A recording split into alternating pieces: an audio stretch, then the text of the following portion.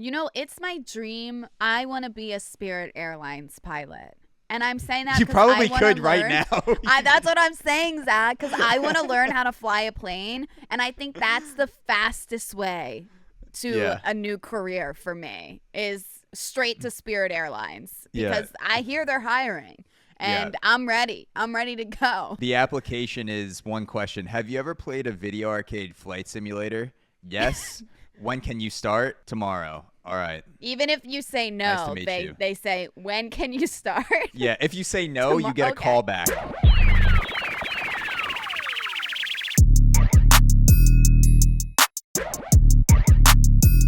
What is up, everyone? Welcome back to Breaking Takes. Welcome back. It's been a minute. It's been like a couple weeks. It's been a couple weeks, but I'm back with I think the same exact shirt from last time. My sloth. We don't have a lot of shirts. Shirt. Like you know. Don't. And I feel like I do have podcast superstition where if I have the same 2 to 3 shirts that feel good and we have good episodes, I don't want to wear another shirt. Really? It becomes my podcast skin where I'm like, this is me now. I need to have this on my body. I've gotten really lazy. When we would do more in-person recordings, I would try a little bit harder because I would have to like leave my home and be in public. Yeah, we'd have to be human now beings. I'm like, I just wear whatever whatever I'm already in. That's just what I'm going to wear. I mean, that's just the life of doing remote podcasts. Because I'm not even wearing pants, actually. That's good. So it's good to just have the bottom part of your body free. Aired out. Exactly. Because if you're wearing the hat and the shirt on top, you got to have some flow for the creativity to come in through one of the holes. So through the brown eye, the ideas come in and it comes filtered up. And then it does. Then the cap stops it from going too far, so it just stays in the brain. And that's all called the vortex of podcasting. Generate from my ass. Yeah, it's the for sure. Scientists are focusing right now on the black hole, but they should really look more into the brown hole of podcasting because that is the true mystery of the universe. Yeah, it really is. Yeah. It's got a lot of ideas in there. Yeah. So speaking of mysteries, I had an experience last week. And I'm just going to come out and say it. I think the entire dental industry is a sham. A lot of it is. I think the whole field of dentistry is just a steaming crock of shit. Well, you're definitely onto something because dentists are private practice. So unlike, you go see an orthopedic surgeon, they're probably not doing private practice, but a dentist, most dentists that you go to, there are a few chains out there, but I'd say most of them are private practice, and so they own the practice, and therefore they can kind of make the rules about what they charge, what services they do. And they're definitely not all dentists, but some dentists are probably scammers. And let me just say, before the entire dental industry comes after us, obviously, I'm speaking in generalities. When I say that politicians are shitbags, I think 98% of them are, and there are a few that are, they're diamonds in the rough. They're in a shitty industry and they manage to hold on to some of their morals. I think the same thing about dentists, but in general, they are just scammy, holier than thou, just absolute rotten pieces of plaque. Tell me the origin of this. Okay. Passion that you have right now, though. So it's not even a wrong that was done to me per se. It's a state of the dental industry. So I went to the dentist's office a couple weeks ago. It would be insane if I went on this rant and I was like, I've never been to the dentist's office. I just had this idea. A feeling you've had for a very long time. Yeah, I've actually never been to the dentist. It's just I just hate them. Yeah. So I went to the dentist's office a couple weeks ago.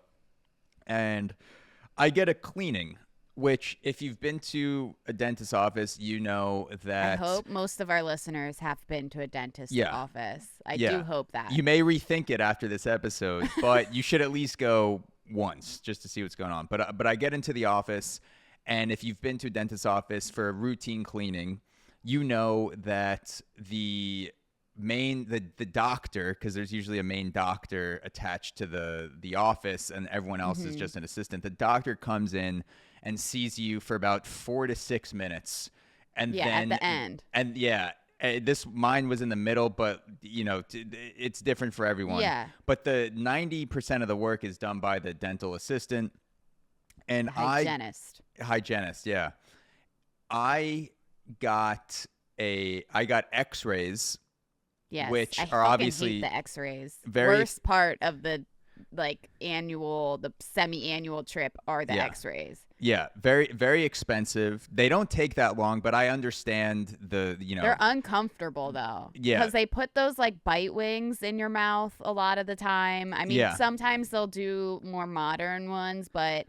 Yeah, it sucks. And I hate doing that. The bite wings don't line up, by the way. I'm chewing down on these bite wings, and it feels like you chomp on the metal thing. I'm chomping on, it feels like I'm eating silverware, and in my head I'm thinking this can't be right. And she goes, "Oh, that's perfect. Hold right there." Yeah, they're like, "That's perfect." As I'm bleeding and it's cutting into the top of my mouth, and my eyes are watering. There's just a metal rod coming through the other side of my skull. She's like, "Perfect. Hold that right just there. Hold right there. Hold right there. Don't let it slip." 1 second, it's almost over.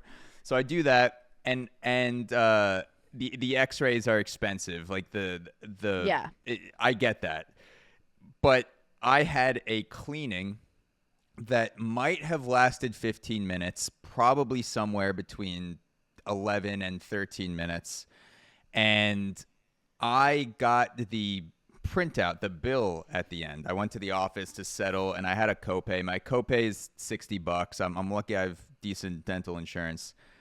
I look at the printout, which shows the cost of the procedure, basically what the dental office will be charging insurance and versus what I have to pay. Yeah, it's so much money. I paid $60 in the line for just the dental cleanup, which took about 15 minutes max. $1,000. It was $1,000. That's what the dentist office is going to make. Make it a 30-minute experience. I mean, come on. That is usually I'm in there for 30 minutes. So I've been once or twice. I've gotten a dentist that wasn't my usual one in the office, and he did a quicker thing. My teeth are pretty healthy, so I don't really give a shit. But sometimes you're like, well, wait a second. Did you did not get everything? Because I've only been here for 10 minutes. Yeah. It felt good. I felt like the hygienist did a good job. It felt really fresh. But you're you're essentially like a high-tech caveman at that point. You're taking these metal tools. It's very barbaric. I have a little thing in my mouth that's just sucking out spit. I can't talk, even though the hygienist is constantly asking you, is that good? I'm like, even if it wasn't, I can't say. How would I know? So, yeah. Literally, how would I know? So you're like a glorified caveman poking around at that point. It felt when I was done, I was like, oh, she did a good job. I look at the printout and I'm thinking $300 max. It was 10 minutes of work, maybe. $1,000 they recoup for 15 minutes of cleaning. And I think the whole dental industry is a Ponzi scheme, and there's no way that they can maintain this, because where is the money coming from? Because people aren't paying $1,000 out of pockets for cleaning. That would be insane. They're only getting 60 from me. Honestly, where's the insurance company getting all this money to just give dentists $1,000 for a 10-minute cleaning? That's insane. Most people that don't have dental insurance are not going to get cleanings. They are going when their fucking tooth is cracked, they need a root canal, something more serious is happening, and they'll bite the bullet and pay out of pocket. I do know a lot of dentists do have kind of their own dental care, payment plans, stuff like that. But since you bring this up, I'm looking on my insurance claims right now, because my last dentist trip was ridiculously expensive. And usually it's only a $30 experience. Yeah. I got X-rays this time too. I hated them Because they take forever, and it's like, my mouth is not that big. So where the fuck are you going? You can't put this bite wing any further before you are in my throat. Yeah, exactly. Like, you need to stop. Yeah, but before right it becomes there. sexual, you're like, this is actually starting to turn me on. It's going pretty far back there. Let's see. Do I have... Nope, that's medical, so I need to look at dental. Okay. Yes, so the amount billed was $656. And that was for what? For cleaning, like routine for visit? cleaning and for like the x-rays. Yeah. And that didn't even include like x-rays. $80. I think the x-rays were another like $2,000, but it was just the 15-minute cleaning. On that line on the bill, they recouped $1,000 from insurance. I don't know. That's insane. Where's the money coming from? That's what I don't understand, because no one's paying out of pocket. My teeth would have to be falling out of my head. Like, you have those bad dreams where your teeth just start falling out of your face. They would have to be that level for me to pay $1,000 out of pocket to go to the dentist. No one's paying this. The insurance company, I guess, is paying them back $1,000, and I'm paying them $60, but it seems like it just doesn't, like, where, like, the money has to run out at some point. It's got to be like sort of a Ponzi scheme where the insurance company is giving it to the dentists, but the dentists are charging $1,000. Like, how is the insurance company getting the money? It just didn't add up in my head. And then I have a friend. I actually have an inside source. Oh my God. Who's a dentist. He knows. He's like, yeah, people be out there scamming. He graduated dental school recently. And he told me that there was a phase where he was getting $1,700 a day. Oh my God! In profit, like not like $1,700, and it gets distributed to the office. He was personally pocketing $1,700 a day for putting people under local anesthesia. Yeah, and so a lot of people need local anesthesia for certain like numbing shit. Yeah, like oral surgery. Yeah, exactly. And so at one point there was someone coming in, sometimes multiple people in a single day, and he was just caking it to the point where I don't know why you would become a brain surgeon and go to school for 12 years when you could go to school for 4 years and be making that type of money. And I was like, how does that happen? And he didn't know. He's like, I don't know why insurance gives us back this much. This makes no sense, but that's just what it is. And it's kind of fucked up. That's crazy. Because if you have shitty morals, you're incentivized to do the things that insurance is going to recoup you for. So you're just like people are coming in to the chair. You have more cavities. You're right, Zach. Because in Maryland, I had a dentist for my whole life. Is my dad's best friend. He was a great dentist, but he retired and moved to Florida. And then so the last couple years that I lived in Maryland, I had to go to a new dentist. And it was like every fucking time I was there, I had a cavity. And they were never like bad cavities. They were just like small ones. But I went and I had some when I was a kid because I just didn't like take care of myself as well because I was a kid. But so like I went my whole life thinking like, I just must get cavities pretty frequently. Like, it must be me. When I moved to New York, I have not had a cavity in like 4 years. Yeah. Because my dentist in New York, like, never. He was like, you do not have any cavities. Like, even areas that I like pointed out where I was like, are you sure? He was like, no, like, that's like an old filling. Like, that's going to like heal on its own. Don't worry, you don't have any cavities. So that just kind of made me really wary because now I'm back and the dentist in Maryland is like right around the corner. My dad still goes there and I'm like, I'm not going there because I'm convinced that he was lying. And it was like every time I was there, he was having me come back and getting like a bullshit cavity filled when it was like, this little bit of enamel will repair itself. Yeah, there's no consistency. I've had similar experiences. I've been to a few different dentists in the last few years. The first one I went to, he saw I have a crack on my bottom tooth, and I remember exactly when it happened. I was opening a package like an idiot, and I cracked my tooth. And the guy said, "That's some ghetto shit right there." Yeah, and the guy said, "You cracked your tooth."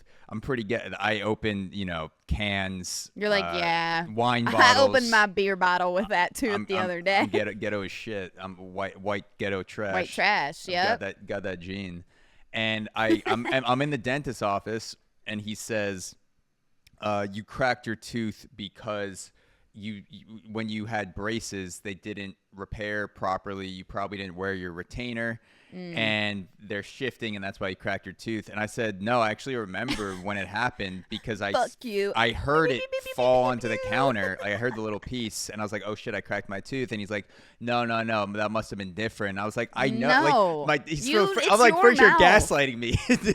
And then he tells me, he says, okay, I'm like, all right, well, if it is that, what do I need? If my teeth didn't get fixed by the braces properly. And he says, oh, don't worry, we could fix it with Invisalign. It's just $5,000 and out of pocket. And he makes me watch a fucking video with Invisalign. Yes, so you know what he does? He does the cleaning. Turn it off right now. Turn it off. I couldn't, because this is how sick this guy was. He has his hygienist in to do the cleaning. What a and piece as of the work. cleaning is happening, he turns on the fucking Invisalign video on the TV. So he's like, don't worry, you could watch all about it. So now I'm just like, fuck, I'm never coming back to this office. Didn't go. I went to another dentist, tells me I have 4 cavities and that it's bad. And it's bad. It's very bad. Yeah, very bad. He's like, these are the greatest cavities I've ever seen. It's so terrible. And I tell him I was at the dentist less than 8 months ago. There's no way I could have. I've been brushing my teeth normally. I haven't been chugging sugar. There's no way. You didn't just get 4 cavities in a month. Yeah, and he says it's bad. You need to get them filled immediately. I'll schedule you. And I'm like, hold up. I don't think that's right. And then I went to this most recent dentist where I saw the charge for the cleaning, which again doesn't affect me. I was just like, damn, that's a lot of fucking money to clean your teeth for 12 minutes. And she was like, yeah, your mouth is fine. You don't need fillings. If anything, one of them might be, a semi cause for concern, but it's like these super tiny specks that I could barely see on my teeth, and so there's zero consistency. Interpretation, but yes, like you go to one dentist, it is a little bit crazy. You go to one dentist and you're dropping 7 G's on Invisalign, and then you go to another dentist down the block and he says you have no cavities, your mouth is fine.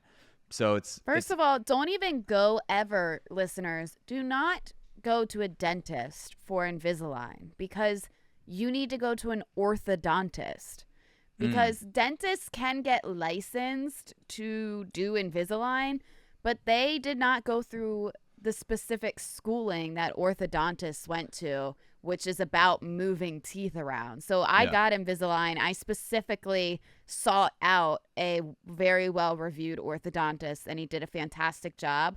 But yeah, my dentist that I was skeptical of here in Maryland kept trying to push Invisalign on me. And then I went back one time. I was like, yeah, I have it now, but I went somewhere else for it. Yeah. Bitch. just to flex on him. I was like, I got it. Yeah. Just not from you. It's like you went into one jeweler and he tried to sell you a diamond chain and you go, all right, I'll think about it. And then the next time you come back into a shop, you're just rocking a giant Jesus diamond piece. You're like, yeah, just if you're wondering, I didn't buy this here. I got money. I got it. I just didn't want it from you. Yeah, no, that's exactly right. I didn't. That's just my dental rant. I've been spending a lot of time on dental Reddit. So if you do decide to get a dental surgery or get Invisalign, don't read dental Reddit the night before, because I did that before I went to the dentist, and it's just people, just horror nightmare stories of people saying I got Invisalign, it shifted my teeth, now I have just anxiety spiking from the feeling in my mouth, now and I can't think, and I want to end my life. Now I need a therapist. Now I need to go to PT. I can't think. I hit my wife. My kids are, they still suck, and I hit my wife before, but now I hit her more. It's just these horror stories that you should not subject Read yourself reviews. I'm such a review junkie of everything. A restaurant, a movie theater, especially doctors and dentists. I read reviews, and you better have 5 stars. You better work, okay? Yeah. If you don't have 5 stars, you're not seeing me. You're not getting my money. You better believe but it. I tend to really do a good job because, yeah, I did a lot of studying on my doctors up in New York, and I liked all of them. And now I'm kind of like going back to most of mine here in Maryland. But, yeah, in the biz for a new dentist, and I will be reading reviews. Yeah. So, yeah, I'm going to stick with this one. She's good. I still think the whole industry is a sham. And it's going to collapse at some point. But while it's going, while my insurance is only making me pay $60 to get my teeth cleaned and then recouping $1,000, it's all right. Then it's not affecting me. It's just, it's affecting people who can't afford to get their teeth cleaned for 10 years. But that's a bigger problem. Fly to Turkey. Yes. Go to Panama. Yeah, go to Tijuana. There. Yeah. Just if you're in the West Coast, drive south. Yeah, get a cleaning, get some steroids, do some meth. Dodge you can do anything you want and head home. Watch a all in a day's work. Watch a female fuck a donkey. Watch a horse fuck a female. You could see a lot of things in Tijuana. Yeah, there are girls that get fucked by horses in Tijuana. No, I don't want to know. That's something I could have lived without. That's a different Reddit thread. That's for another day. All right. What are you? So speaking of horses, just plowing the shit out of girls. What are you getting into this week? Well, I came across a pretty crazy story that has like some parts. Like I sent you a video with some information. We don't need to watch it right this second, but we will watch it. So yeah, a Wisconsin husband and father. I changed the headline because it just said a Wisconsin kayaker, but I want it to be known a Wisconsin husband and father faked his own death and fled to Uzbekistan. Okay. Which is, in case people don't know where Uzbekistan is, I believe it's in it's in Asia or around. I should know where Uzbekistan is. It's one. Yes, Central Asia. I'm correct. Yeah, Uzbekistan, Kazakhstan, Lakistan. I had a feeling it was around there. Yes. So it's like above Afghanistan, Pakistan, all that. In the Stan region. The region of Stans. Yeah, of all the Stans. All of Eminem's fans. Yeah, that's where they are. That's why he does so many performances in Eastern Europe. Just former Soviet fans. Exactly. So basically this guy, this father and husband, father of 3 children, he took his little kayak out into the lake and texted his wife that he was going to be home soon. And then he just went missing. And so it looked like he died. So people like his family is like, oh my God, he's dead. Like, look at the evidence. They basically, so this is from The Guardian. I've got some blurbs from it. But his kayak, fishing rod, wallet, and car keys were found at Green Lake on the 12th of August, the day that he disappeared. And a life jacket floating on the water offered further evidence that his wife and 3 children had lost their husband and father. So this is a terrible day in August for these kids and this wife. So you said wallet, car keys, phone, life jacket? So left. Yeah. So everything. You're thinking like he had to die, right? Like all his stuff is here. It looks like he must have just drowned or killed himself or something, right? I'm thinking something happened for sure. Something's up. For sure. So Green Lake County Sheriff Mark Podol said the first indication that something was not right. So this went on for a minute, like the family's mourning. People are like, he's dead. Yeah. I feel terrible for the mother. She probably was like, kids, your dad is dead. But get this. So County Sheriff Mark Podol said the first indication that something was not right came when his detectives discovered early in October that the name of the 44-year-old Watertown, Wisconsin resident was checked by authorities in Canada the day after he disappeared. So, but see how much time there was in between that? Yeah. So August 12th, he disappears. And it's not until October that it's discovered that on August 13th, he was in Canada. Okay. So he must have went from Wisconsin, because that's kind of right by the border up in Canada, crossed the border into Canada. But so two months go by, though. And he's his just chilling up in gone. Alberta somewhere in the interior. I think what happened is he went to Canada and then from Canada flew to Uzbekistan. Okay. To kind of like, I guess, I don't know, loophole shit. Throw him off a little bit. Yeah, I guess. So that led to a deeper dive. And in recent weeks, a forensic analysis of the hard drive of his laptop revealed further evidence of careful planning. Among the surprise discoveries were that he had received a second passport after taking out the life insurance policy. He took out a $375,000 life insurance policy. So, it's thinking like, I don't think he killed him. I think he's trying to escape. Yeah, he's thinking. He's a thinking man.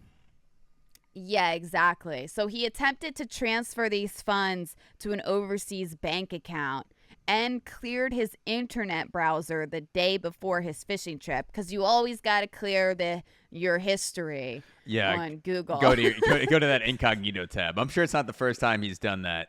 Being in a home with a wife and 3 kids. Clearly, he was looking up yeah. Uzbekistan whores on there. Shit, that's probably what was on there. Like, how to flee to Uzbekistan. Yeah, he's looking at mail order wives, and he's like, damn, this shipping cost is insane. What if I just go there?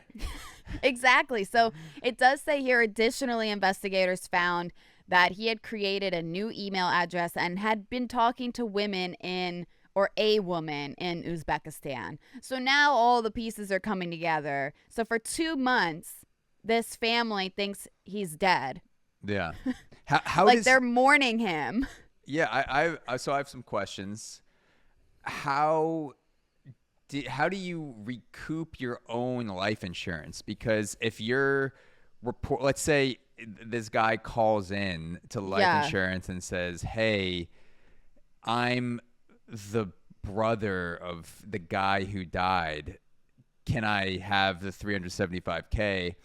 I assume that they do some research and go, all right, we're going to need to see some ID. We're going to need to see, a passport. And you could change your name on a passport, but you still look the same. So wouldn't they pull it up next to your profile and go, why are you the same guy as this dead guy in the profile? I'm honestly not sure. It just says that he took out a $375,000 life insurance policy and was trying to move funds around. So in total, it was a 54-day search that involved search dogs and a diving team because they thought that he drowned in this lake. So he costs the police and city so much money, and he literally abandoned his family. And can you imagine, though, you have to, first your kids think their dad is dead, but then you have to go to them and say, in fact, your dad is not dead. He's just a piece of shit. Yeah. At that point, do you just say, no, he's dead? Actually, he's just fucking dead. I don't even want you to know that he fled to Uzbekistan. To be fair to this guy, because, again, I don't know the situation. I don't know the wife and the kids. This might have been just an absolute horror situation at home. The wife beats him. She turns the kids against him. He had absolutely zero shot. I'm not saying this happened, but there is a scenario where, I've seen families at rest stops in Pennsylvania where, the wife and the kids are arguing, and then I see a guy just sitting at the table, dead in the eyes, staring off into the distance, just dreaming about a mail order bride in Uzbekistan. Yeah. And it could be that type of situation where he's like, look, I gave it 17 years. My wife sucks. My kids suck. I'm not saying it's right, but he might have justified it that way, where he's like, look, I'm gonna fucking just ball out in the Eastern Bloc and get myself a mail order bitch that can't talk unless I give her permission. Because that's how it works over there. What a bum-ass loser, though. Like, I see a picture of him and his family, but they've blurred out, obviously, the children's faces and the wife's face. I mean, but they look like a normal family. He's the one that looks fucking weird. I mean, okay. Jeez. But so now I want you to play the video that I sent you because so this story's going out and it takes kind of this crazy turn because this man was caught in 4K on TikTok talking about fleeing to Uzbekistan. So we have to shout out the channel because I don't remember it off the top of my head. So it'll probably come up on the side of the video. So let me know. Let me know when you can see this. Okay. Just a few subtle getaways. Okay, perfect. So if we can play it, and I'll also look up the channel just so we can make sure we shout them out. It's kind of a longer video, but just to give our listeners who can't see the video a little bit of information, it looks like this might be in California or somewhere. I'm not sure where, just some sort of like walking path. And a TikToker is doing a bit where she has a sign that says, "Ask me for free advice." So strangers can just come up and kind of ask advice, and the TikTok channel films it, and hopefully they get some cool bits. So what do you know? The guy that rolls up for advice. I can see some direction here. Let's see. Let's see where it goes. Need advice on anything? I go to Uzbekistan or stay here? Say that one more time. Do I go to Uzbekistan or stay here? Do you have family there? No. Why do you want to go? Meet a woman. To meet a woman. And it was Uzbekistan. Uzbekistan. You don't like American women? Oh, they're familiar. So you've given up on meeting someone here? No, I'm married. Oh. Yeah. But you want to find someone else? Empty nest. I'm not sure. That's why I'm asking you. Wait, empty nest? What do you mean? Empty nest. My kids are out of the house now. So you want to find, adopt a child? No. I want to find a companion that I'm content with. I just want to pause it and say I love how meditative and at peace with this decision he seems. I'm so startled by his composure. He's really calm, like serial killer calm. It's like he sounds like he could be Sam Harris on a meditation app where he's just like, just stare into the darkness behind your eyes and leave your family for Uzbekistan. It's all going to be okay. And I also love his answer where she said, "Oh, do you not like American women?" And he goes, "They're familiar." I also love that, like, she's like, "Oh, do you have, like, family there?" And he just straight up is like, "No, I have, like, a wife and kids here, but I'd like to go there, find a new woman." But they're out of the house. They're empty nesters, so, fuck them. I just like his familiar answer where he's like, it's not that I hate American women. It's that they're just so blasé, been there, done that. I want to travel the world. All of them. Yeah, I want international pussy. I want to become bored with 20 to 30 countries across the planet. I've worn myself out of American pussy. Also, though, Zach, like this guy, I mean, from the video, he looks like he's probably like 50. And he's like rolling up to like a 16-year-old girl that's making TikToks. Yeah. Talking about, should I go to Uzbekistan? And even this young girl is wise enough to be like, don't you have a family? Yeah. that you should consider? It really does. I think, obviously this girl is doing it as a bit and it's good content, but there's part of me that really thinks this guy in the moment, his soul was searching for an answer. And for sure. He couldn't not go up to this girl. No, yeah. Oh, absolutely. 100%. Yeah. This is not staged at all. So that is totally the truth. But it's just odd that a full-grown fucking man with a dilemma like this thinks he's going to find his answer in a 16-year-old little girl. Yeah, he's also giving me bank robber barista vibes. Like yes, he is. You would think the black thing on top of his head would be long enough to just pull down over his face and go rob a bank, but it's like one of those caps that people it's like wear. A little hipster beanie that doesn't even cover your ears. And it's 85 degrees out. Like that can't be comfortable. It can't be doing anything, but you know, he is what he is. He doesn't fit in this country. That's why he needs to leave. This is Uzbeki style. That's why he needs to get out of there. Maybe. Right, let's continue.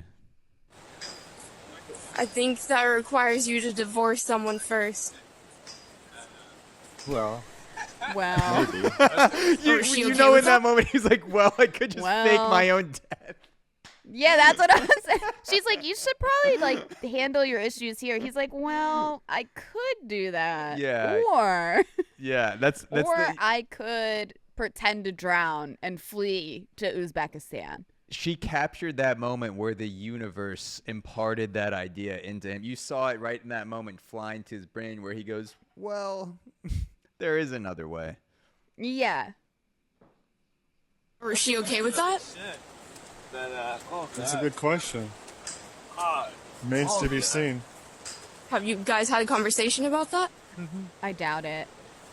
So, would it be like a throuple or something? No. Okay. Oh, you guys would get a divorce, possibly. Possibly, yeah. Do you just feel like there's no love left between you guys? Diminished. Finished? Well, I think you guys should definitely have that discussion and see where things are going between you two before you leave the country. Wise girl.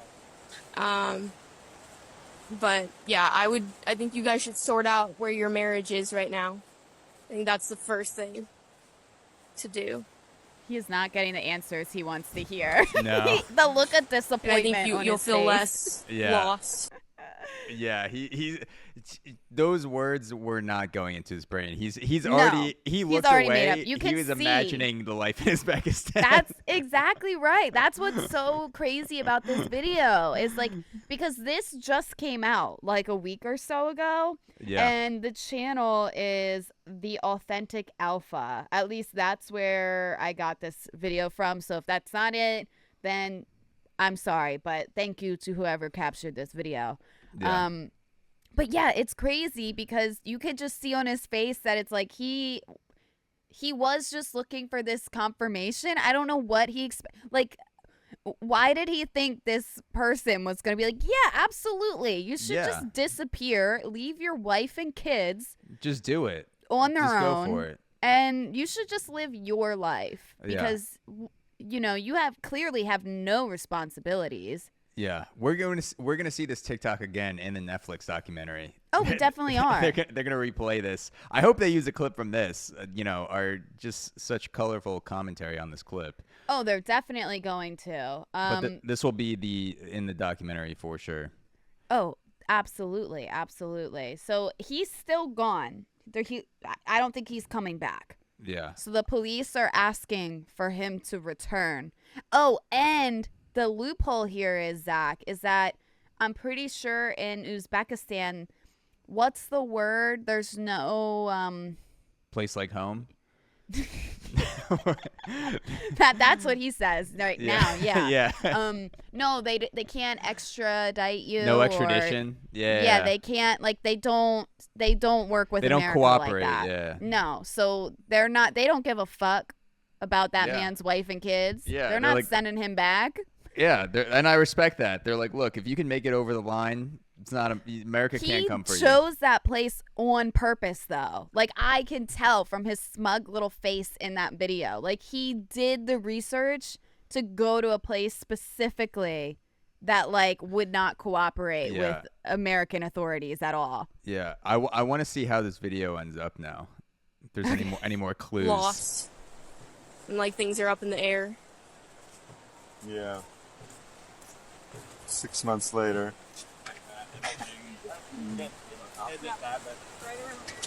Yeah, you guys should sort that out. That's the advice. Yes, you need to figure out where And if that's what's not going possible, on. Why is it not possible? Indecision. I feel like indecision is a decision in itself. deep. Because if you're even questioning. Yeah. What was your name? Wow. Twa? That's not his name. Bailey, nice to meet you. Yeah, talk that to your- was a fake name. He was just thinking about airlines, and he goes Not his TWA name. Twa. Talk to your wife, sort it out. Fair I enough. think you guys need to know, be on the same page with what's happening. What's yes or no? About going to another country? That's not advice. The answer depends on where your marriage stands, It should. sir. Yes, it should. So sort out your marriage and then Right. get back to me on that. Maybe I'll find myself on the internet. And He already found himself on All the right. internet. Well, That's it. I'm pretty sure. that is it. That was Pretty damning evidence right there. not only evidence, but just a great, just real-time look into the psyche of someone that does this. And I have to say, there are thousands, maybe even millions of guys on the planet right now that fantasize about this very thing, leaving their wife and kids Yeah. in a rocky marriage 25, 30 years in and just saying, fuck it. I'm going to get a one-way ticket to Uzbekistan, Yep. to Thailand, Russia, wherever the fuck. I'm going to get a hot-ass wife that's 26, that's never experienced democracy. She's going Yeah. to be so appreciative. She's going to think I have so much goddamn money. I'm going to give her the most insane life. And the second I take off, I'm going to forget about my entire family. It's insane. And he had the balls to go do it. So Yeah. in a way, I do respect this guy for being able Yeah. to say, fuck it, I'm going to live out the fantasy. I'm going to take the fantasy of millions of men, and I'm going to live for them, and they can live vicariously through me. I do agree with you there, because you want to know what a lot of other men do in his position. They kill their whole fucking family. Yeah. So Yeah, murder, he suicide. did not do that. And he instead, they are all alive and well, and he is in Uzbekistan. And also, just to touch back on something, some people are saying that they would assume that he made his new Uzbeki bae, the beneficiary of the life insurance policy, because there's only okay. evidence that he took one out, so she probably was the beneficiary, and that's how the money happened for them. Well, if you're a Breaking Takes listener out there and you're experiencing international fraud and crime schemes, send us a message, because we'd love to know how something like this gets set up, just the logistics of it. We'll give you the vocoder. You could do the whole ski mask thing, but we'll have you on Breaking Takes. Yeah. And we'll learn about it. So if you're listening to this episode, send He us a seems like a message. talker. He seems like I'll offer advice. Or if this guy, the Uzbekistan guy is out there, hop on. We'll give us a life update. In Uzbekistan right now, like on TikTok, like, oh shit, like there I am. Like, is he like totally? He's living his best life. Like he doesn't even get online. I think he's off social media. Off grid. I think he's just totally off grid. He got an apartment somewhere in Uzbekistan. Wow. He has a hot Uzbeki wife. Good. Again, sorry for his American family, but she's a hot Uzbeki wife who was just born in the fires of latent communism. She doesn't know what freedom is like. So to her, this guy is like the best thing that could have ever happened to her. And he's just totally cut ties with his family, never going to look back, zero interest in being I don't think online. he's coming back. Yeah. The one thing I will say is, if you're going to fake your own death, you got to leave a piece of yourself there, because it doesn't sound like this guy left a finger or a toe. You got to leave the toe. Yes, you're right. You do. Because if this guy drowned or this guy got attacked by an animal, there's going to be some carnage. So there's no win without sacrifice. If you want that hot foreign wife, cut off a pinky, rip off a toe, maybe even a leg if you're committed. They have bionic, a half a leg, knee down. They have bionic legs now. How's he get crossing the border without a leg? He's just doing the toe. You get maybe an ear. Once you get international, health insurance is so cheap. You could get a bionic leg for probably $200. No big deal. Yeah, exactly. I'm sure he Googled that before he deleted his history. Yeah. So if there's a lesson that people can take away from this story, it's that leaving your family requires sacrifice. You have to leave a piece of yourself behind if you want to cover up the scene. Don't make the same mistake this guy did. Make it convincing. Maybe even hire a stunt double. Don't tell him what the job is for, and then just kill him. Put some cement blocks on his feet, and then send him to the bottom of the river, and then you're free to go. Like I said, I'm just glad that he didn't rid himself of his family. He ridded his family of himself. Yeah. And in some ways, that might have been the best possible outcome. Yeah, he could have been, We're all winners. A Ted Bundy, fucking John Wayne Gacy. Is one of those guys that what was the wrestler's name? Chris Benoit. Yes. Chris Benoit, who just fucking murder-suicide his entire family. Yeah, that's CTE. Before that happened, he was thinking about Uzbekistan, and then he said, fuck it, I'm going to white-knuckle this shit. And look what happened. This guy got out when the time was right. Uzbekistan is wow, our immigration numbers are skyrocketing after this story. Yeah, from disgruntled middle-aged white men that come to this country and then they say they've never felt freer in their life. They're spending so much money on their hot young wives. That's really good for the economy in Uzbekistan. Yeah. Good for them. Yeah, their biggest import is middle-aged white men from America. Exactly. Look, it's a good selling point. Well, Twa, I know that's not your name, but Twa, you're out there. Godspeed, man. And I hope that your wife and kids here can just move on without you. Good luck. Yeah, good luck to them. Good luck to you. So speaking of traveling, this story involves airplanes and travel, not necessarily to Uzbekistan.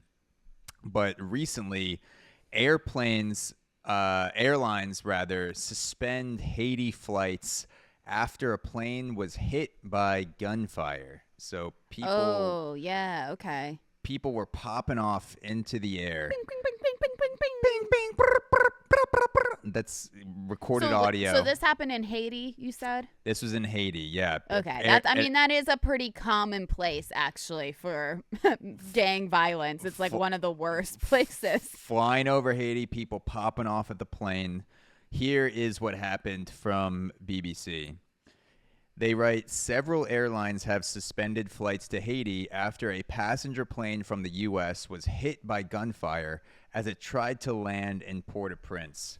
Spirit Airlines Flight 951 from Fort Lauderdale in Florida was diverted to neighboring Dominican Republic, where it landed safely at Santiago Airport.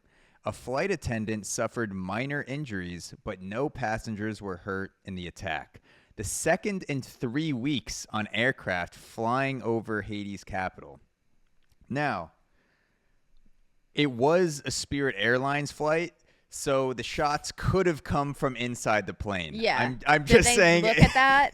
They should look at the angle those shots went in and out. Spirit Airlines flights get fucking wild.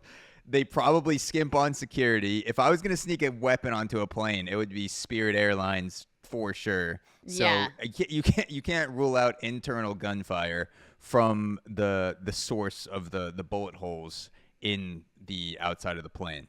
So yeah, they diverted the plane to Santiago.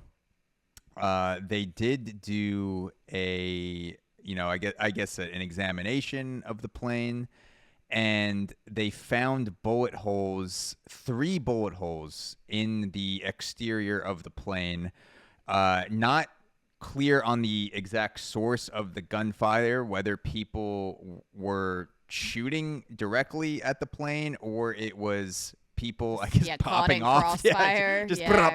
People on their roofs just fucking like, come on, let's go. Just, trying to gather everyone in the neighborhood, just popping off into the air. But I have to assume that if you hit a plane 3 times, you're probably shooting at it. I mean, it's target practice. I mean, it's a bright yellow plane, for one. Yeah. It's a good target, to be fair. I mean, I guess I would say I doubt the bullets really do much damage. I'm sure they could if they hit like the window or like a perfect, certain spots on the plane. But if it just hit kind of like the more tubular point, like I doubt it caused any injury to anybody in there, but it could have. I don't think it went into the cabin. I think they just found them on the exterior of the plane. It would be hilarious though if some guy that's just super nervous about landing, he took a bunch of Xanax.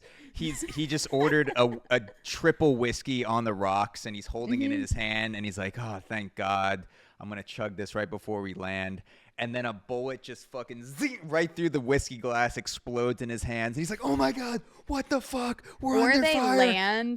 They literally land. He's like, oh, thank God. And then he just bullet to the temple. At least that would be quick. We made it.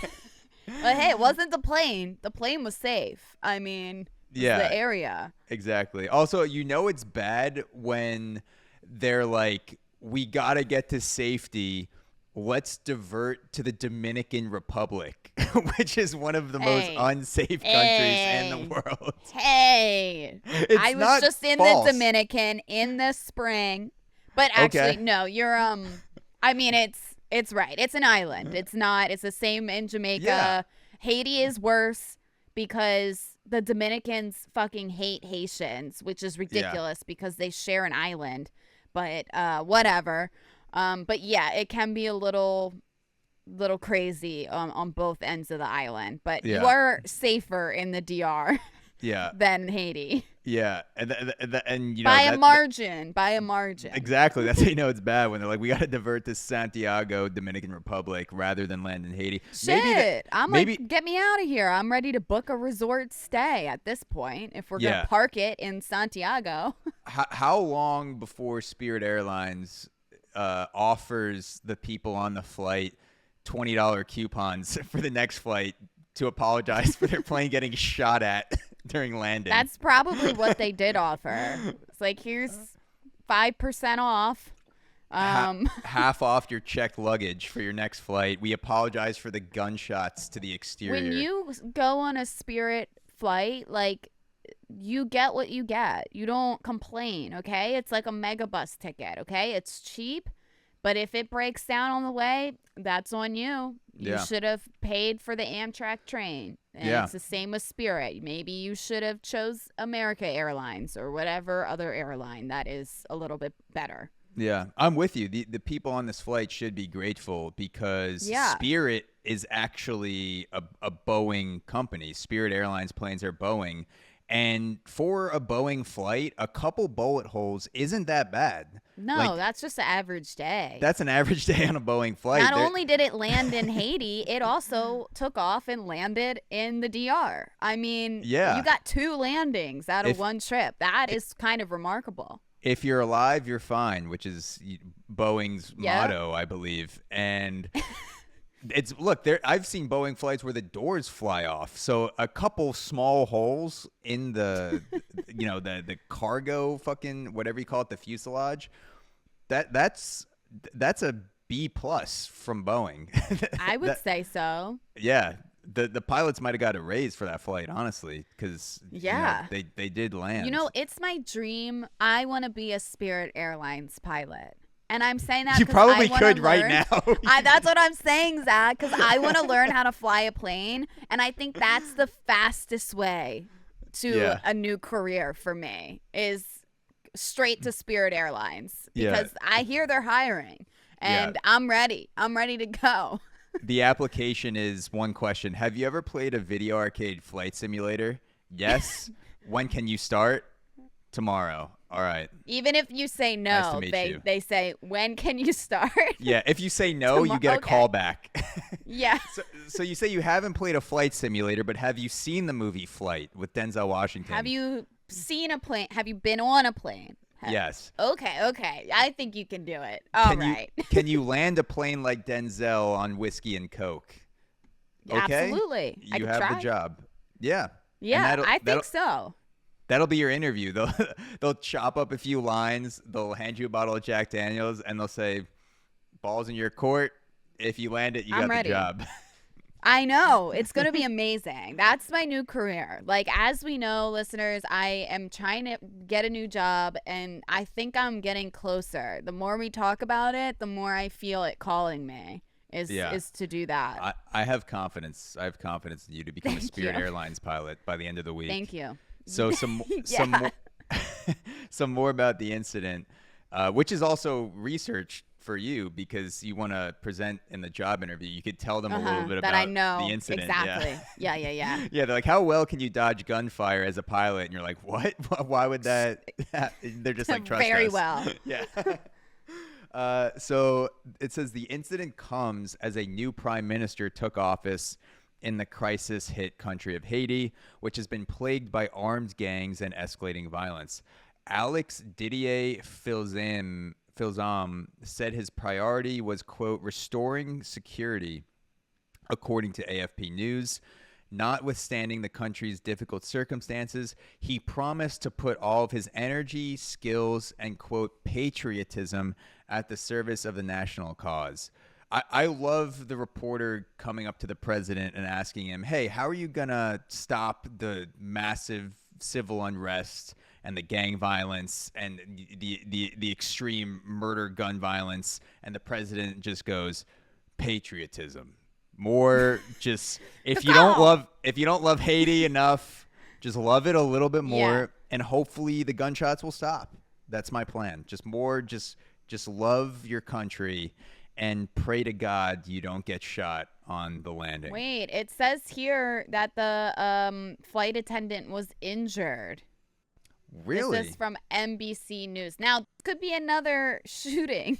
There were 3 in the past 2 weeks. Yeah, so this could have been one of the other ones. So I think they're okay. It says here one flight attendant on board reported minor injuries and was being evaluated. So no guests were injured.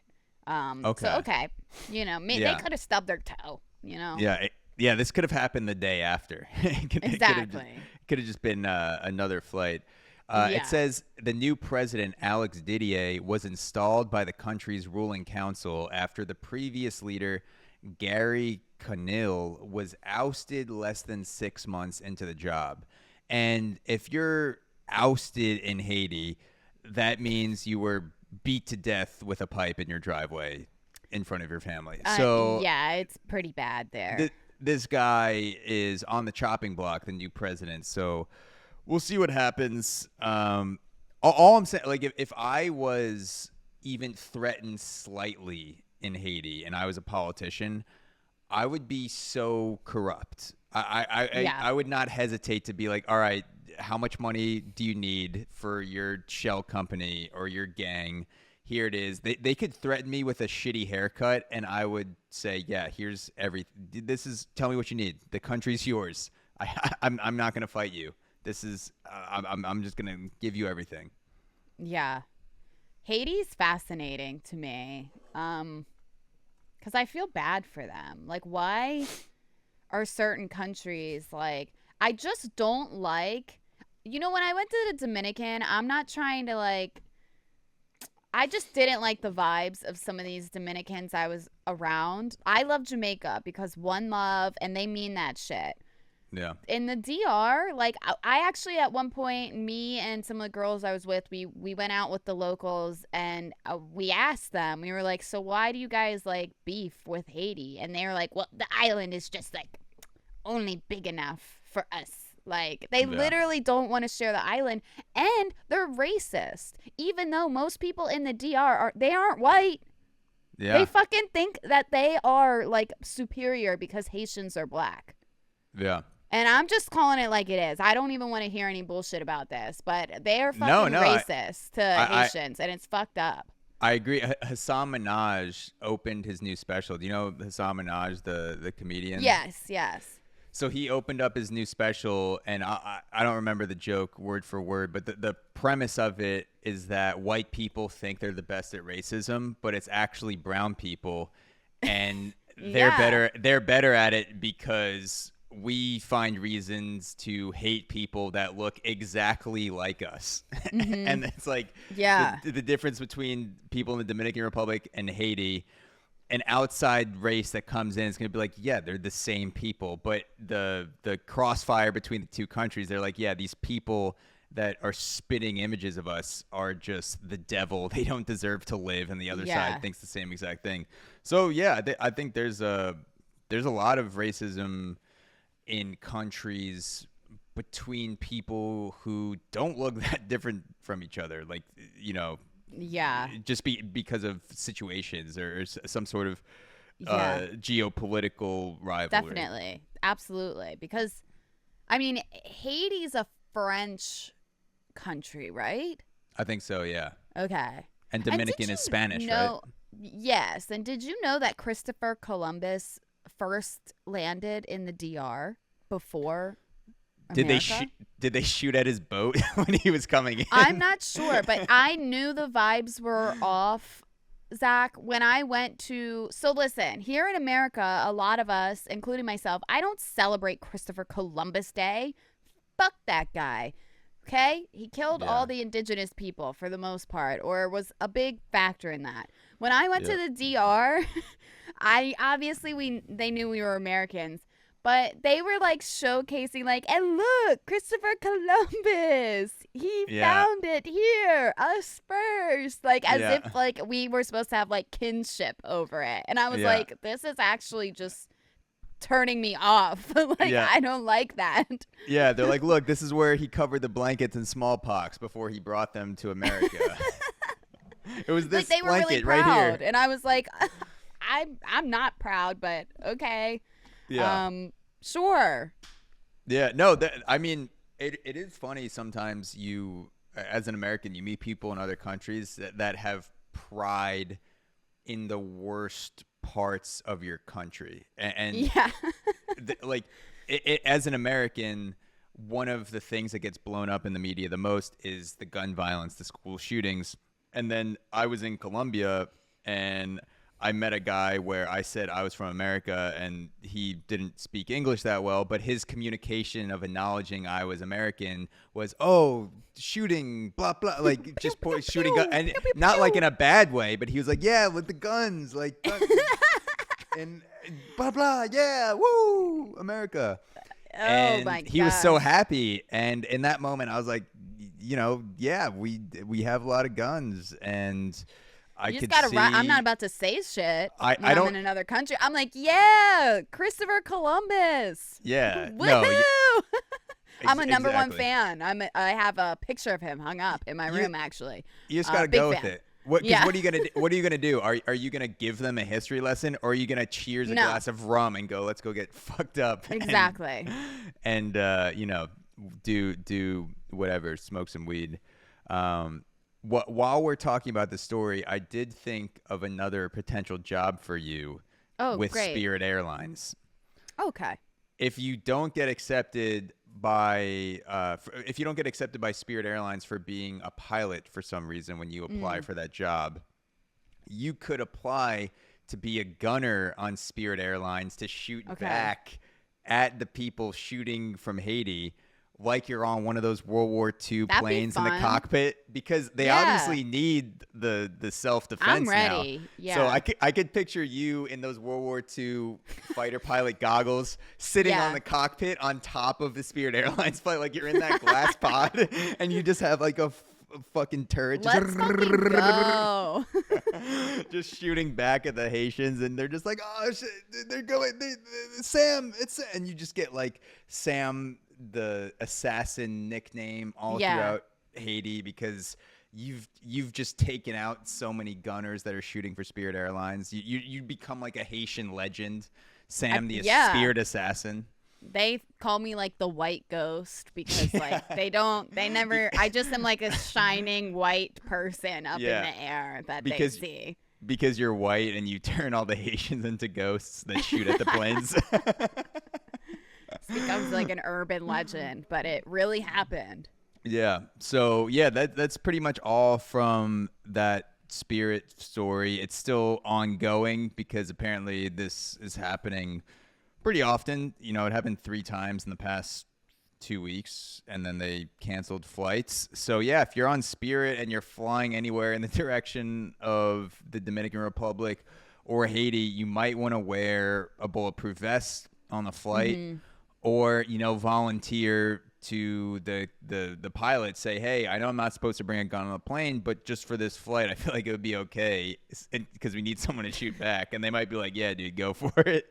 Just honestly, fucking crack open the window, stick the Glock out, and just fucking whatever works. Exactly. So wow. It is pretty amazing. Like Spirit Airline, now people could start wearing helmets, and like that's just the full type of ride gear you're on when you go on Spirit Airlines. I've never been on Spirit Airlines, so I can't personally say the quality, but it's not sounding great. Yeah, they could do a joint ad campaign with the new Gladiator 2 movie and That's true. Going on Spirit Airlines, we're going to be providing you with Gladiator-style gear because it is a real possibility that you may be shot to death on a Spirit flight. So we're partnering with what Ridley or whoever directed Ridley Scott and the Gladiator 2 team to provide all of our passengers with thousands of dollars of Gladiator gear, and we're still going to charge you for your first check-on for some reason. So somehow we have the budget for all this Gladiator gear, but we're still going to charge you for the smallest bag that you bring on the plane. And your seat. Don't you hate that shit? Seat, yeah. I fucking hate that when you buy your ticket and then you still have to pay for a seat unless you want to just, because I'm an anxious person. I need to know my seat.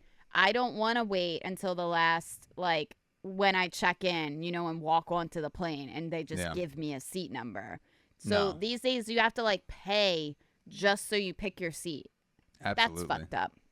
Is that your grinder for this week? Yeah, that is my fucking grinder. Yes, because it racks up. It racks up, and I'm tired of it. Like, I'm on there, I'm checking it twice, all the prices, and then I'm like thinking, okay, this is doable. And then it's like, oh wait, $20 fucking if you don't want to sit by the bathrooms, bitch, and $50 if you want to bring luggage. Because why would you need to not bring luggage on a trip? I mean, they're straight up scamming us. Dude, why would I not need a seat and luggage on the plane? The people that don't charge me for that.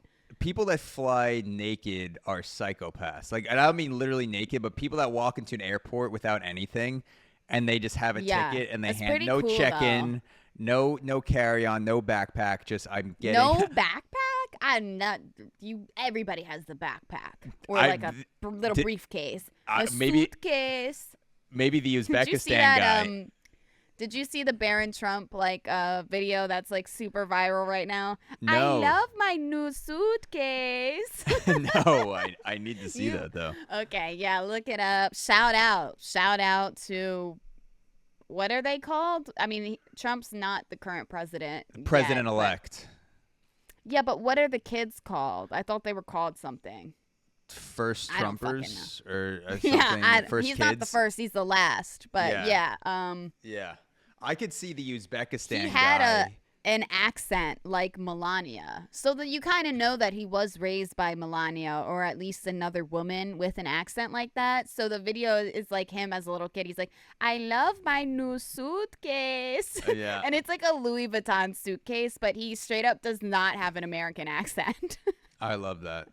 Shout out to Barron Trump. Pretty great. Yeah, shout out to Barron Trump. Yeah.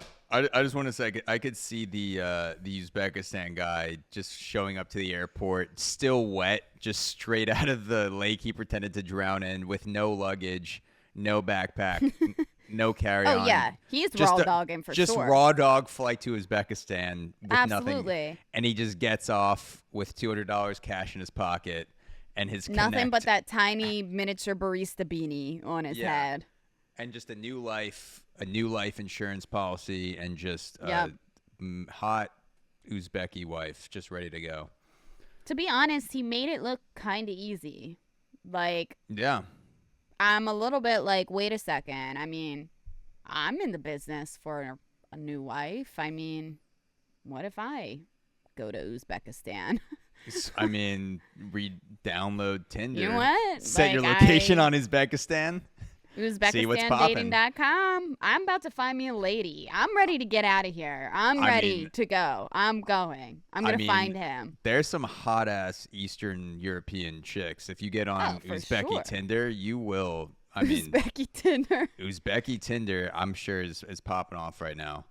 I bet it is. So my grinder this week, and again, if you don't know what grinder is, the past 4 or 5 episodes, we've been going through pet peeves at the end, basically, like something that grinds our gears. But we spell it grinder, like the app Grinder, because, you know, we're gay. This is a gay podcast. We're LGBT but no podcast. Other reason. We're gay. Yeah, exactly. So what grinds your gears? And so my grinder this week, I went to a wedding that was somewhere between 150 and 200 people. Okay, and big one. Big wedding. No assigned seats for dinner. Oh, no. Everyone's sitting around at the cocktail hour. Someone goes, we're sitting down now. Everyone gets to the tables. We're looking around for a board. Usually, sometimes there's like a map with tables, and it's like, you're at table number 5. There's name tags on the table. Nothing. Just complete raw dog. Find a seat. Like school cafeteria shit right there. Exactly. Like nightmare flashbacks of being the last one to show up at the table and having to sit by yourself. 150 plus person wedding. That's crazy. Great wedding, but that part, like from the Friday, it was actually a Friday wedding. So Thursday night party to Friday cocktail hour ceremony. And post party, like going out later that night, all great, but just an absolute unacceptable shit show with the head planner lady saying, all right, please take your seats. And no one knows where the fuck they're sitting. And we're just like, what the hell is happening? There's some guy that was carrying a table from somewhere else in the venue that was confused. He was like, there's no seats left. So there's a guy that, oh my God, not a worker. A guy was like, I guess I have to carry a table now. And then I'm looking around at other guys I know at the wedding saying, should we go inside and grab another table? We end up eating outside. There's barely any lights. We're outside of the main tent because it was like a moment where everyone realized there were no assigned seats and people just fucking stormed in and just took over everything. And there was about 30% of the wedding that was still chilling at the cocktail hour, and we walk into the tent and there's just no seats to be found. So we ended up making our own thing outside the tent. But just not only were they not arranged, but there weren't even enough seats for everybody. There was a section outside that I don't even think they were accounting for the number of seats outside to be part of the wedding. But I'll give them a benefit of the doubt that they planned it like that. But yeah, just like I couldn't believe that the rest of the weekend was that well planned out. Like it was pretty well planned out, and just that one part where they were like, all right, everyone take your seats. And it's just like, didn't feel like doing 150 people. The seating chart. You could have chat GPT'd that shit. Damn. They could. You literally could have just put in like everyone that RSVP'd in chat GPT. It's been like, give me a seating chart. The tables are 6 tops. Yeah. And it would have just did it. I would have rather had that. I would have rather had a randomly generated table assignment, because at least that would have been fun. Seat. Yeah, you have exes sitting next to each other. You're sitting next to like someone's racist grandpa. Like that would be the most fun. This was still very cliquey, but there were just it was just total shit show. Overall that is weekend, a little chaotic. was great. But yeah, I get anxious when I'm at a 10-person friends dinner and it comes time to go over from the bar to the table and people are standing around not knowing where to sit. 175 people was that's insane. crazy. So that's my grinder. Assign fucking seats at your wedding. Don't make people. Yeah, I know pick it's that an shit. annoying task, but you really have to. I mean, I can't imagine. Yeah, I was at a wedding that was much smaller, but we all we had a table number and then seats. And yeah, you typically are supposed to be sitting around people that you kind of have a connection to. Yeah. So it's not like people that you don't know at all. But whatever though. Even my thing is if you're at a wedding, whatever, I think it should be cool to sit next to anybody. But with that many people, it's literally going to be a stampede. You have to assign seats. Or make categories. Do 5, 7, and below. Ugliest, uglier, hotter, hottest. Fat, stupid. Fat pig. No, sorry. Retard, fat pig, slut. just people are are these categories anymore, or are you just calling us names? Look, and it's just a little mirror sitting there. Look at yourself. Where do you belong? Yeah, at least give us some categories to make it fun. But yeah, that was my my grinder. Thank you guys for tuning in for this episode of Breaking Takes.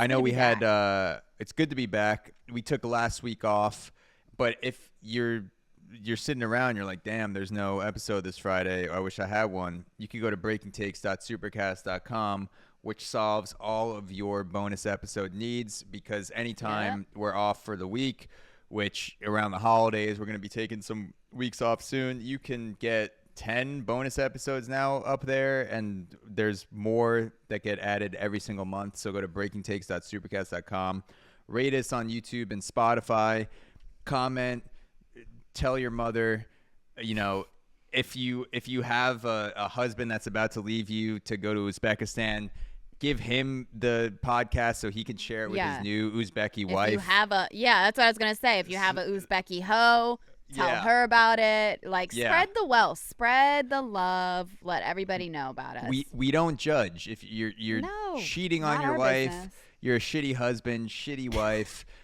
a good husband, good it doesn't matter. We make no moral judgments. All we care about is that you listen to the podcast.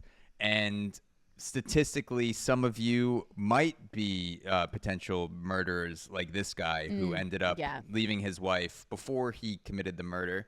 But some of you might not. But either way, listen to the podcast before you decide to do whatever you decide to do. So thank you guys for listening, and we'll talk to you next time.